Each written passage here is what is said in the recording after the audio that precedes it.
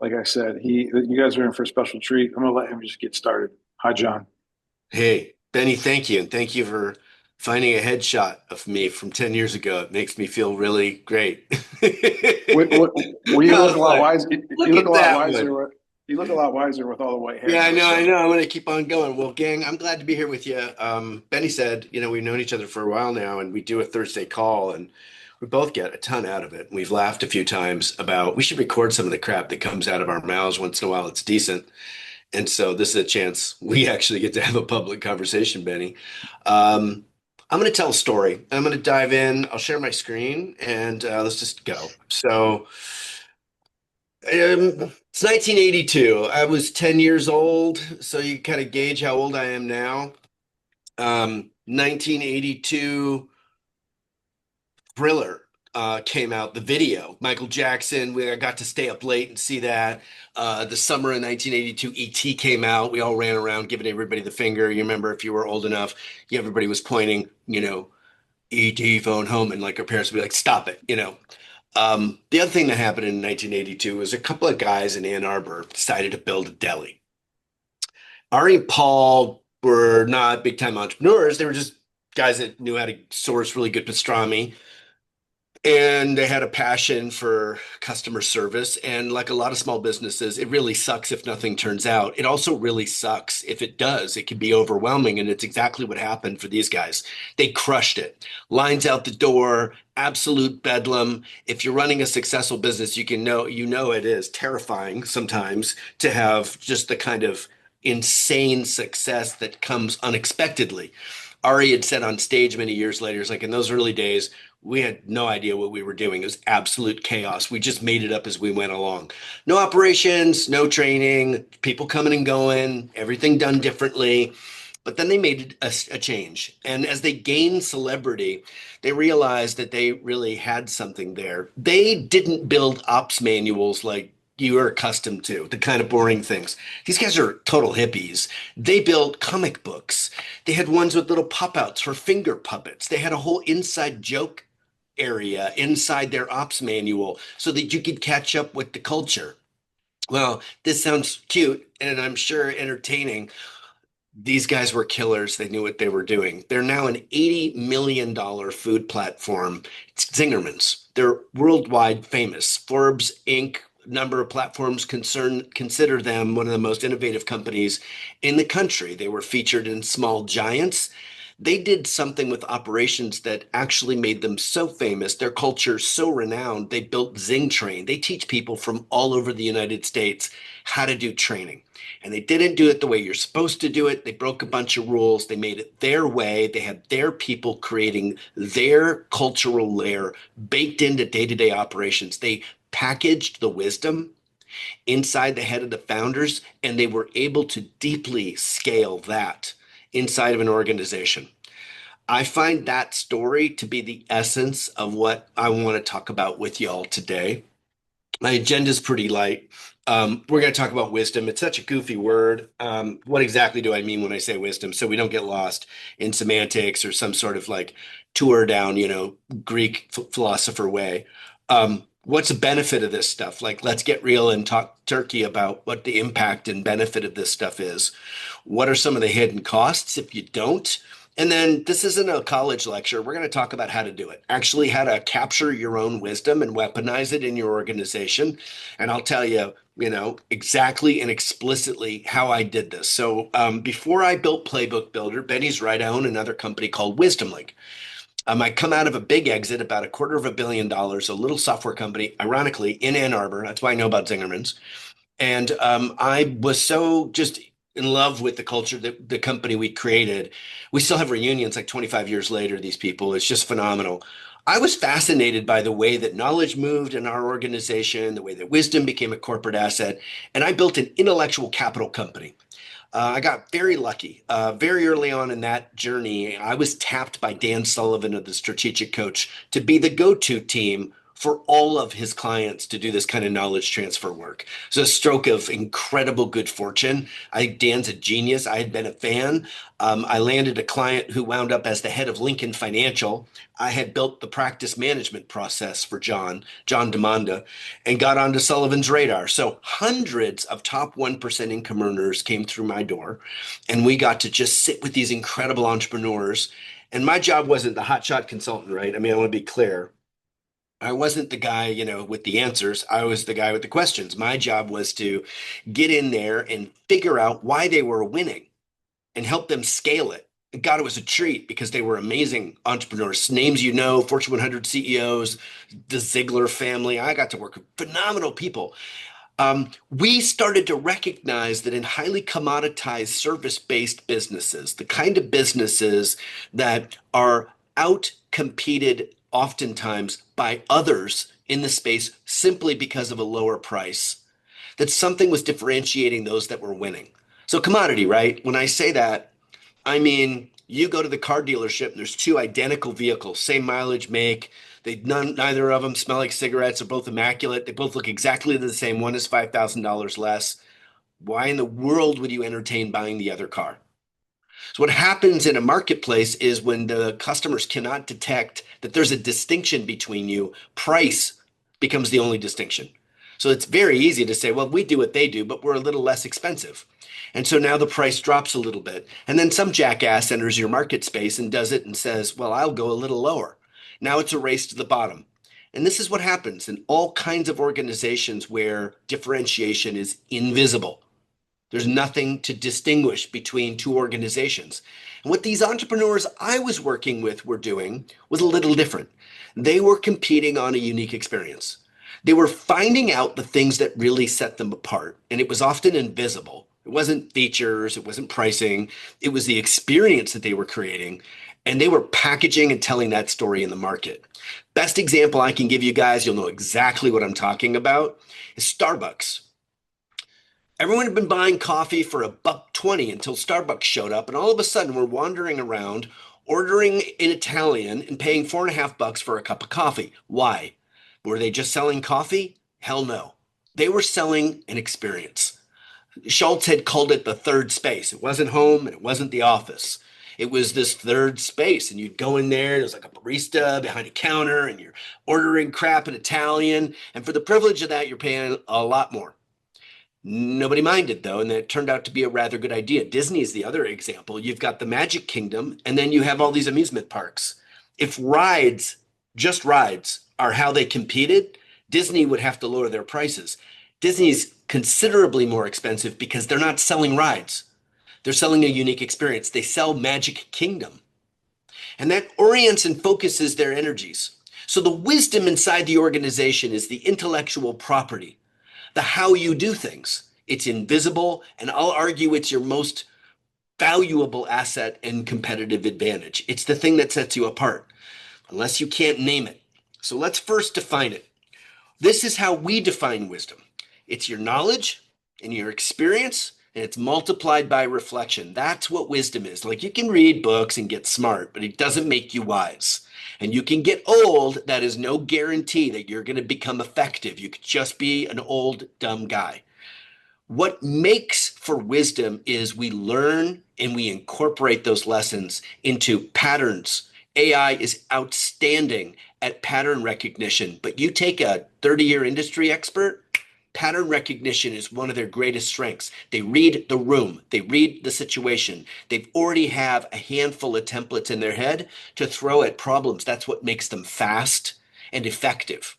They don't need to touch the stove. They already did it way back in their 20s. They have the scar, they learned, they now incorporated that into their being. And so when you're around people who are wise, who really have capitalized on that accumulated know-how, they're highly effective. These are the folks I got to work with. Top 1% income earners operating in highly commoditized spaces, but they were transforming that wisdom into a way to operationalize for scale, tell their story in the marketplace more convincingly, more powerfully.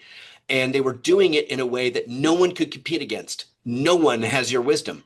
You could be way buried in competitors, and they're all going to flex a little differently on some of the things that happen when a customer says yes. That unique experience, you may not even know what it is. You haven't named it yet.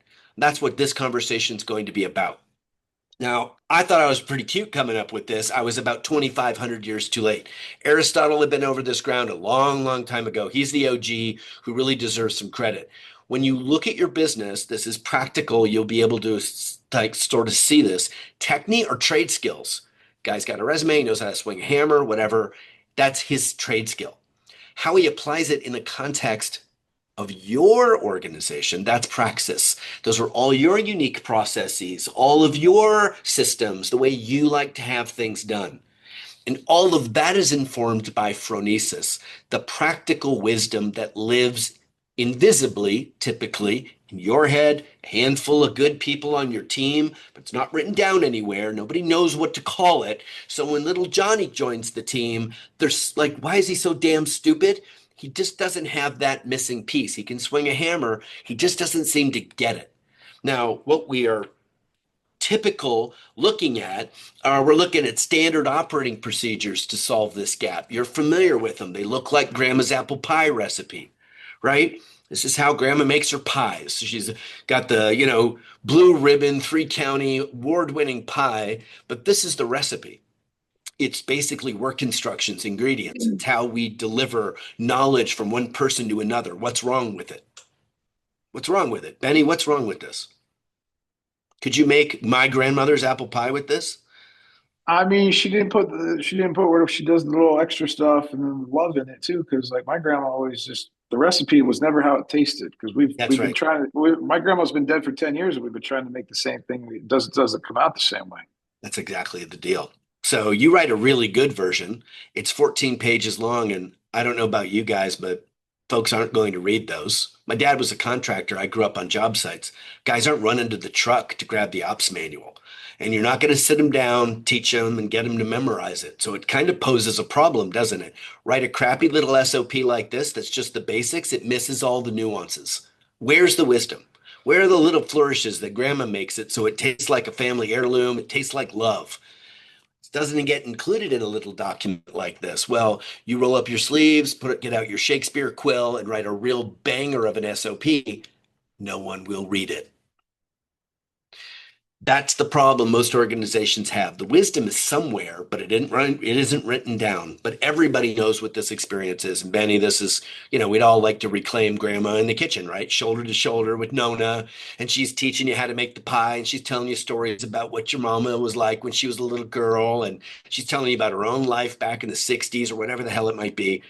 What's happening when you're learning from this person? When you're in the kitchen with Granny, you're getting the tacit, but you're also getting the explicit simultaneously. You're learning how to make a pie, all right, but you're also kind of picking up other stuff, right? You're picking up values, worldview, grandma's perspective on things. The wisdom layer is buried inside of everyday tasks. It's not like, I will now give my speech about wisdom. It's more like, let me tell you a story about how I learned how to do this from my mother, and she's teaching you how to make a pie, and unwittingly, she's rubbing off on you. Now, in this country and in the trades in particular, we used to call this apprenticeship. You'd hang out with the master baker for years, the master craftsman, artisan, tradesman. You'd shadow and not just come out of there knowing how to make a pie. You'd come out of there thinking like grandma. Her whole worldview would rub off on you. You'd be kind of like a clone, and you wouldn't just make pies like her. You do a lot of things like her. That's what happens when you are enculturated by the expert. What we found was this is cool. This is you, but it doesn't scale. I come and work for you in the first few years. It's me and a couple of other guys, and we're running around. We get beers on Friday and talk shop. You're teaching me. I'm rubbing you like right up, shoulder to shoulder while we're doing work together. You're telling me why and how, and I'm picking it up. And I become a guy who thinks like you, and that is excellent. When I'm employee number 25, you don't have time for that crap. Grandma's way too expensive to take her out of the kitchen and make her into a trainer. So what do? That is the huge gap in large organizations. What got you here won't get you there. The paradigm of in the kitchen with grandma breaks down, and your alternative is this crap. That is the reality for most organizations. They're like, how do we span the gap? We can give him this stuff, but it doesn't do it. We can't give him grandma. She's busy, or it's me. And so you find out you've become the bottleneck. But if you can solve this, if you can hack this and hang in there with me, guys, I'm going to show you how. Here are some of the benefits, and you'll like them. They're good. You can clone your top salesperson, whoever that is, whoever's driving revenue, and grow top line. Ever been held hostage by a great sales rep? I have. I know exactly what that feels like. I also know what it's like when you're the one who has to do it. What if you could transfer the knowledge and get others to be able to participate, even a shadow of what you are, but you wouldn't have to be in the room to make every deal happen? Or let's flip it around. Let's beat the stupid out of some of the processes where if you're not there or those expert people on your team aren't in the room, things break down, they fall apart. Missed handoffs, a little lag or a little delay, or just some real gaps in some of the details. And they can be costly. They can really hurt. We can see margins increase significantly if you've operationalized for scale, no matter how big, no matter how broad your geography. You can defend the company against the loss of key people. When you're a 4,000 person organization and you lose Bob, you carry on. But when you're a 25 person organization and you lose Bob, shit, that could be 40% of the knowledge around that area of expertise. Out the door, it'd be like a whole team walking with him. Bob may know a lot. And so if you've got your organization running along, you're like, thank goodness for Bob. I'll work on this dumpster fire over here. And the guy leaves. I've seen it. It can cripple an organization. You'd rather he stole a truck than leave with all that wisdom in his head. So getting it out of him is an imperative. You just don't know. It's like a little egg timer going off with your people. This one's going to start a family. This one's going to move to another city. This one gets poached by a competitor. So that wisdom's yours. You've been renting it, fellas.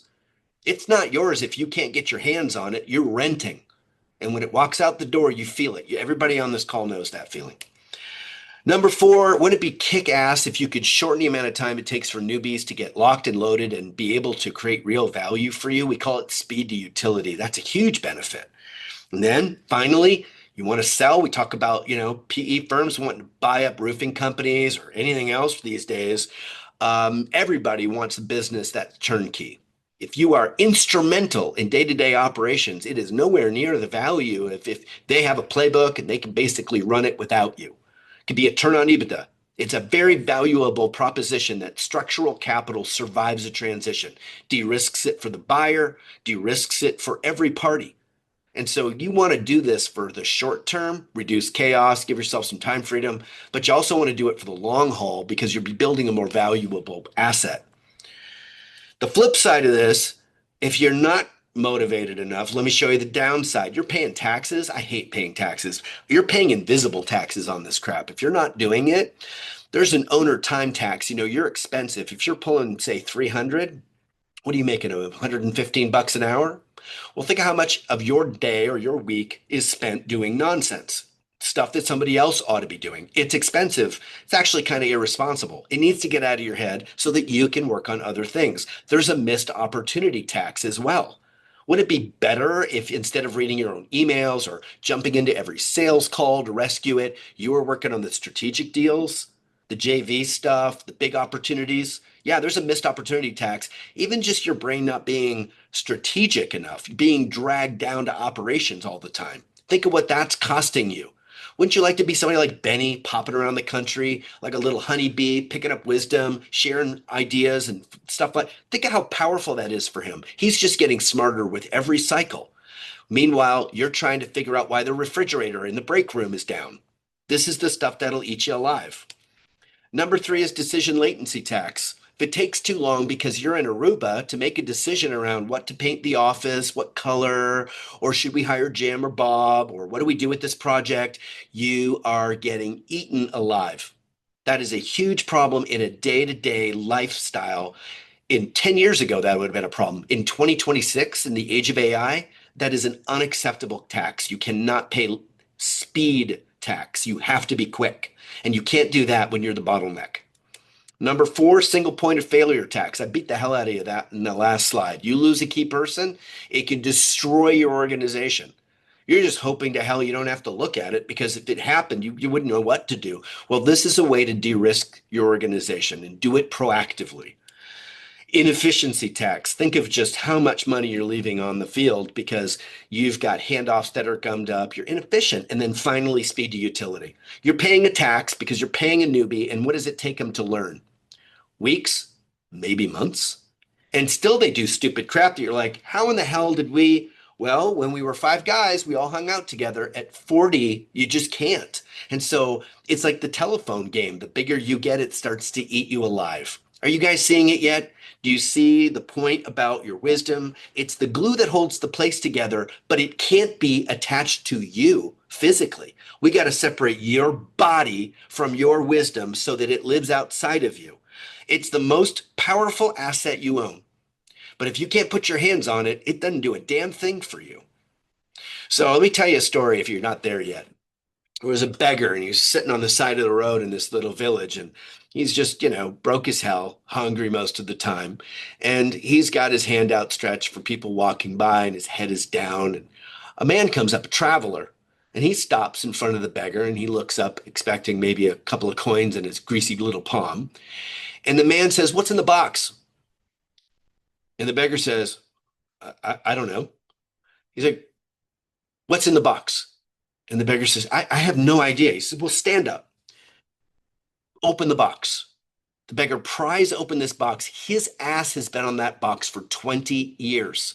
Do you know what he finds inside? It's full of gold.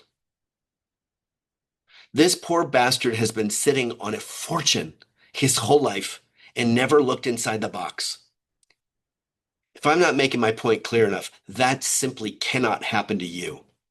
If the magic happens because you're in the room, you're carrying that box around with you. So wisdom is your greatest asset. And I'm not being cute or coy. It's not a clever thing I had ChatGPT cook up. It is an absolute abiding truth, unless you are the person who delivers it. If you have to be in the room, then you're the secret to your company's success. If it's your wisdom, then it's a corporate asset. It can scale, it can onboard, it can be used to train people. You can really do amazing things with it, and it gets bundled up in the sale. Then it's really powerful. You guys seeing it now? Okay, so we're going to transition. I want to teach you how to do it. I told you this isn't a college class. We're going to get into the practical of it. I'm going to teach you. You're going to walk out of here with an absolute skill you can apply. We'll use whatever time's left over for Q&A. If you have any questions, I'll happily help.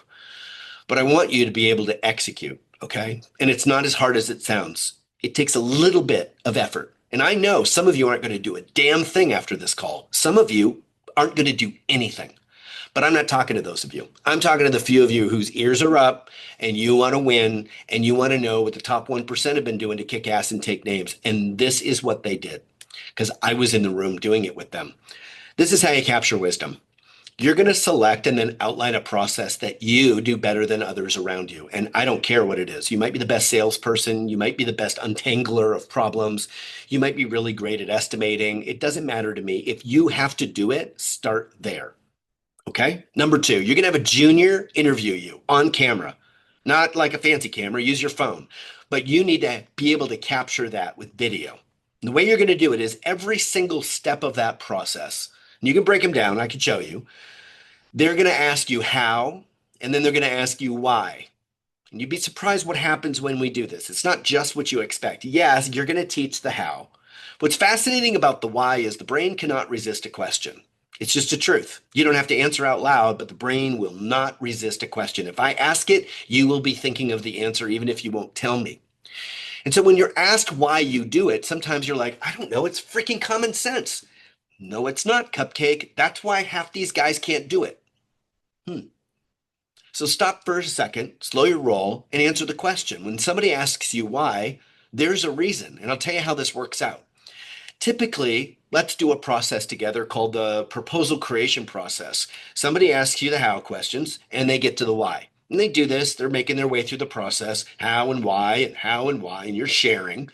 And every once in a while, something emerges through the dust there, something kind of surfaces, a value shows up, a reason, something your dad taught you, something you learned from your last boss, something you stuck in your back pocket that shaped the way you do things and you think it's normal.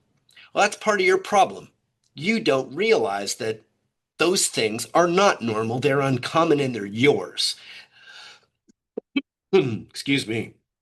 They are yours.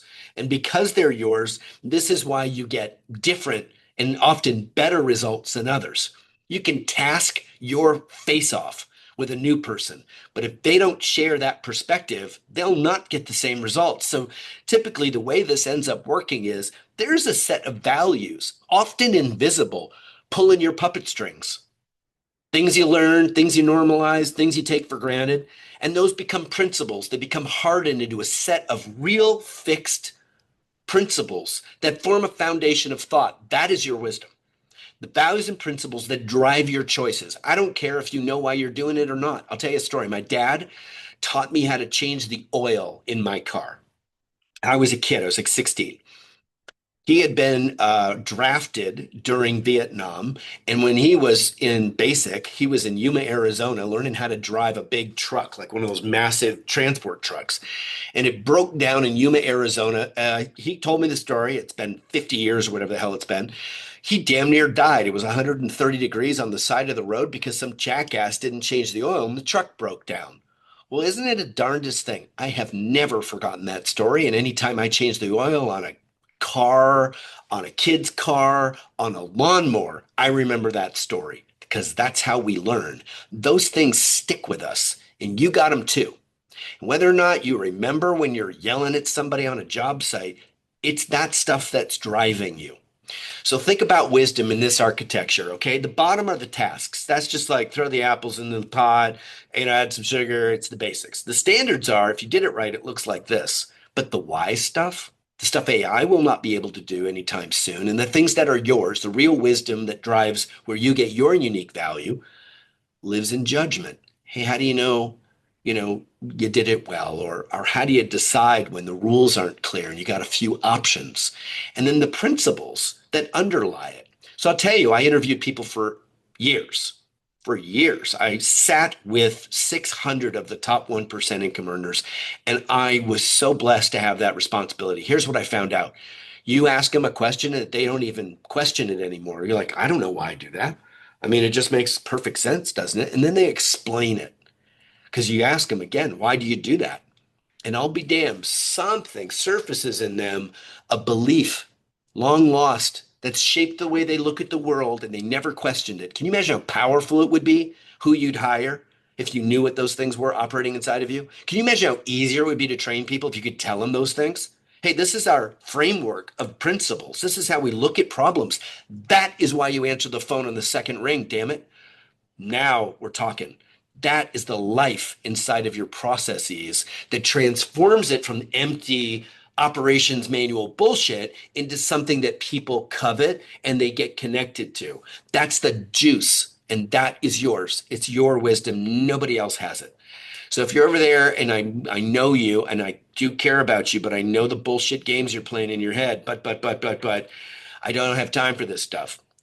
Please, for the love of God, don't ever fucking say, I don't have time for this to me, because I know what you spend your day doing. And it's because you haven't done this shit that you don't have time. You're spinning your wheels doing nonsense because you didn't slow down long enough to transfer stuff that should not be on your plate. So please, you can tell me a lot of things, but I'll punch you in the neck if you tell me I don't have time. It's the one thing you can't say to me. You can say, we're not that good. I'll say, okay, that's fair. But I know trades and I know all kinds of small businesses, and I know the truth. Mostly it's friendly fire that's keeping you held back. You don't have to beat the other guy. You just have to make sure you're not doing stupid things and wrecking your own opportunities. Everything you need is inside the walls of your business. So don't worry about being better than the other guys. Just be as good consistently as your best person. That's the play. And then finally, we can't get our people to use them. And you're damn right. If you think you're going to make ops manuals that your guys are going to use, you're high. And I'm not going to sell you that line. It's baloney. Here's what's real. You need to change your frame. You need to think about you're building an operating system. You're not sticking stuff in a Google Drive. Okay, you need a person who owns this. We call them a playbook builder, a person on your team who's tasked with this. You need an operating system, a process that you can run. So you're not making up how to do this stuff, building content, driving adoption, measuring results, really getting outcomes. And you do need a platform. We own a software company. It's an AI powered learning platform. It was built for this. But I'm not making a sales call with you guys here today.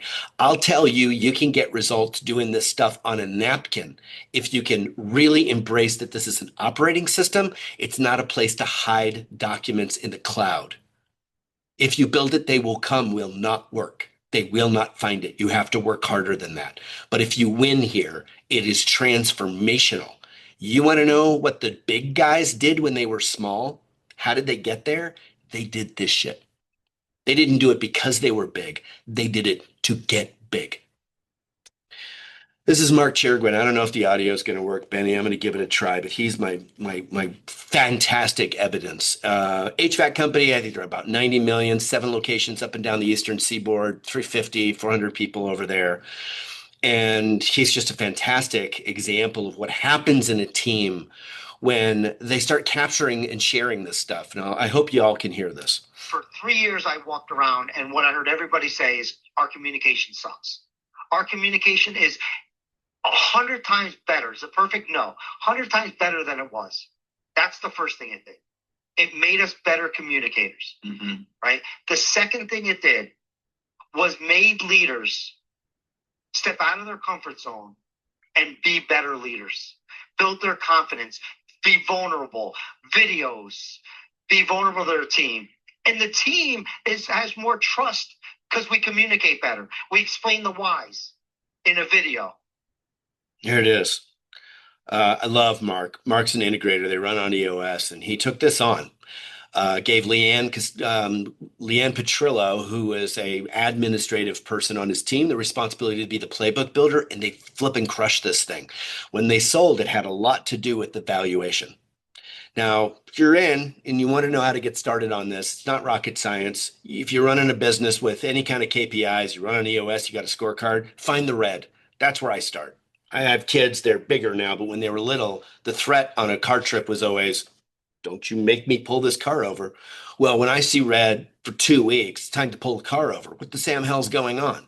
Most of the time, if you've got problems with metrics, sales are down, whatever it is, it's a who or it's a how. It's a process or it's a person. And if Edwards Deming, he's kind of the famous like OG of process stuff back from the 60s, if he was right, 80% of the time, it's not the person. They don't have the tools. The process is broken. It's not the person. We can give them the benefit of the doubt, give them the tools they need, and eradicate the variability that possibly it's them. Let's take that off the table. Let's give them everything they need to be successful. Walk them through it, hold them accountable, and then really know in your bones that they've got it. Now, if you want to play around with a tool that'll help you and your team, this is free. There's no goofball crap where you have to give up an email. We're not going to assault you. It's just take the tool and go. You'll write down a dozen of these things and start using a pretty pragmatic way to score them. And the scoring is a team sport, so you can get some buy-in from your peeps. And by the time you get down to your top 3, you're clear. This shit's bleeding out. Let's go solve it. If you're the bottleneck, you already know where you want to start, but you might need to look out for other areas of the business because you've got an executive who's on his way out, or you just have like huge dumpster fires going on with onboarding or whatever. But this gets buy-in from the team, it hierarchically ranks the ones you want to tackle, and it keeps you from being paralyzed because it's such a big project. Just pick 3, do 3, and get on with it. Now, I started with the story and I'm going to finish with it. This is Zingerman's. Zingerman's is the story I was using, and they are absolutely famous. They are a world famous, no shit, deli who became an $80 million sensation. And I want to show you the 2 guys that ran it in case you're feeling intimidated. These 2. These are the guys. You think you can't do this? You can do this. Look at these goofballs. I know you can do this. It's not intimidating. What it takes is pouring yourself into a set amount of time every week to move this thing forward. Doesn't require software, but it does require a process and a person. If you want to talk about a software, ours kicks ass, but that's a conversation for another day. I think I have a little time, Benny, if your gang have some questions. John, let me just say,